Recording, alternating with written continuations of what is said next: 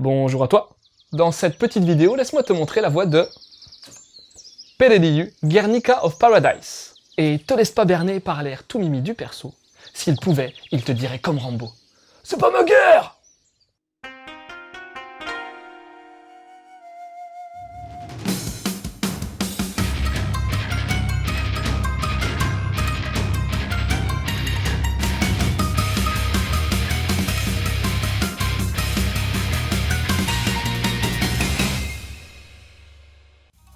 Pereliu, c'est quoi? Un nom de mascotte Kikinou? Non, c'est un îlot au sud des îles Palaos, près du Japon. Ok, et y a quoi là-bas? En fait, c'est un petit paradis terrestre. Végétation luxuriante, sable fin, animaux aux couleurs magnifiques. Mais c'est également un point stratégique en temps de guerre, à cause de, ou grâce à, son aéroport. C'est pourquoi un bataillon de 10 000 soldats japonais est envoyé durant l'été 44. Parmi eux, on va suivre plus particulièrement le jeune soldat Tamaru qui, outre son devoir patriotique, rêve de devenir mangaka. Commencent donc les premières manœuvres, creuser une galerie pour s'abriter des tirs, aider l'équipe de ravitaillement. Et là, premier assaut américain. Surpris par les tirs pendant un bref moment de relâchement, Koyama, le nouvel ami de Tamaru, meurt bêtement en se fracassant le crâne sur un rocher après avoir glissé. Lui qui aspirait à mourir en héros de guerre comme son père, c'est vraiment raté. Le sous-lieutenant confie alors à Tamaru la mission d'écrire le dernier acte de bravoure du soldat Koyama pour sa famille. Un mensonge digne plutôt que la vérité crue, voilà ce qui lui est demandé. Décidément, tout ça n'augure pas grand-chose de bon pour la suite de cette guerre à laquelle Tamaru prend part, bien malgré lui.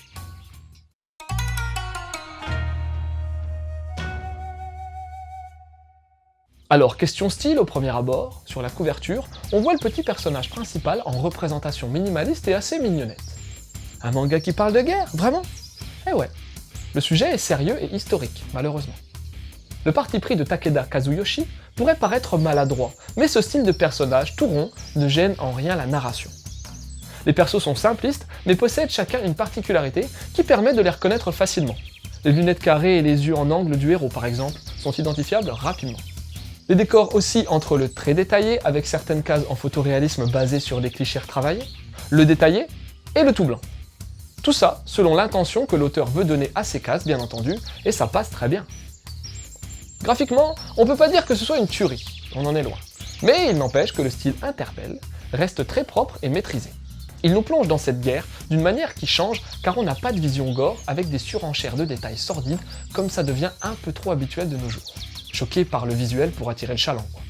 Là, même s'il y a bien évidemment des scènes violentes, c'est la guerre quand même, alors morceaux de tête arrachés, trous dans le ventre, tout ça quoi.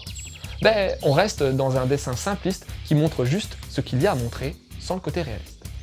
Côté réalisation, on est aussi dans la sobriété efficace, facile d'approche, dans la lecture pour les non-initiés, ce qui est un plus pour ce genre d'histoire et qui permet d'élargir à des lecteurs non adeptes des mangas. Le héros de l'histoire, Tamaru, est attachant par son physique, mais aussi bien sûr par son caractère ou ses sentiments, qui font de lui à la fois un acteur et un spectateur de cette guerre. Les autres personnages, dont l'ami de Tamaru, qui disparaît très brutalement, possèdent chacun un trait de caractère qui les rend humains et nous fait oublier leur aspect enfantin. C'est Vega, nouveau venu dans l'édition de manga en France, qui nous gratifie de ce titre. La couverture est très jolie, avec de belles couleurs, tout comme la première page du volume. Entre certains chapitres, des explications sur cet événement de la guerre du Pacifique ou sur le fonctionnement de l'armée sont proposées. Il est imposé la mention pour public averti, histoire que le lectorat ne tienne pas compte uniquement du graphisme pour se faire une idée de ce titre.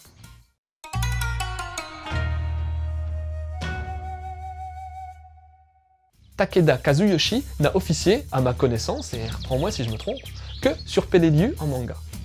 Il a bénéficié de l'aide de Hiratsuka Masao pour ses connaissances sur la guerre du Pacifique, contribuant à donner à ce titre une réalité de fond sur le déroulement de cette guerre. Alors, concernant mon ressenti sur Pereliu, je suis d'abord un peu tombé dans le panneau du style graphique des persos, ne m'attendant pas forcément à un scénario reprenant des faits historiques graves.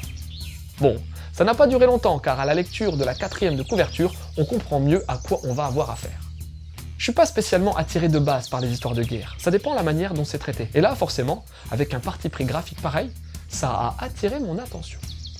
On est vite plongé dans le feu de l'action, directement dans les pensées du perso principal, enfin, plutôt dans ses lettres qu'il rédige pour sa mère.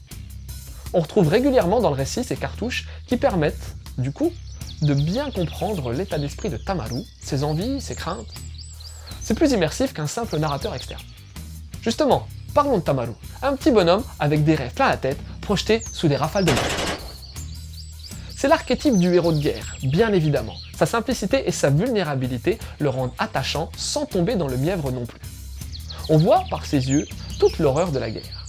Les ordres donnés par les supérieurs qui doivent faire combattre des hommes sachant qu'ils les envoient à une mort assurée, le rapport avec l'ennemi qui reste avant tout un humain lui aussi, les attentes interminables des soldats confinés dans les abris, les heures de labeur pour préparer ces 10 abris.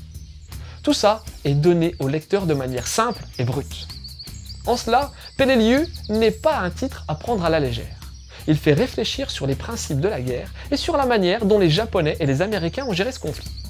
En effet, un gouvernement qui, apparemment, envoie toute une troupe à une mort certaine juste histoire de ralentir un ennemi qu'on sait de toute façon bien plus imposant, ça mérite qu'on se pose des questions. À voir comment Takeda Kazuyoshi développera l'histoire de Tamaru dans les prochains volumes. Mais bon, faut pas se le cacher, a priori, le pauvre Tamaru n'a pas fini d'emballer. Comme conseil de lecture, je t'orienterai vers l'île des Téméraires de Sato Shuho, où des pilotes sont gentiment invités à se suicider en pilotant des torpilles envoyées sur l'ennemi américain lors de la Seconde Guerre mondiale. Dans un recoin de ce monde, de Kono Fumio, qui narre la vie d'une jeune femme qui va être chamboulée par un bombardement en 1945. Ou encore, pour les fans de guerre des royaumes chinois qui veulent suivre une véritable saga, le très plébiscité Kingdom de Hara Yasuhisa. Voilà, c'était Lou, j'espère que cette petite chronique t'aura donné envie de lire Peleliu, Guernica of Paradise. Je te laisse et continue de suivre la voie du manga.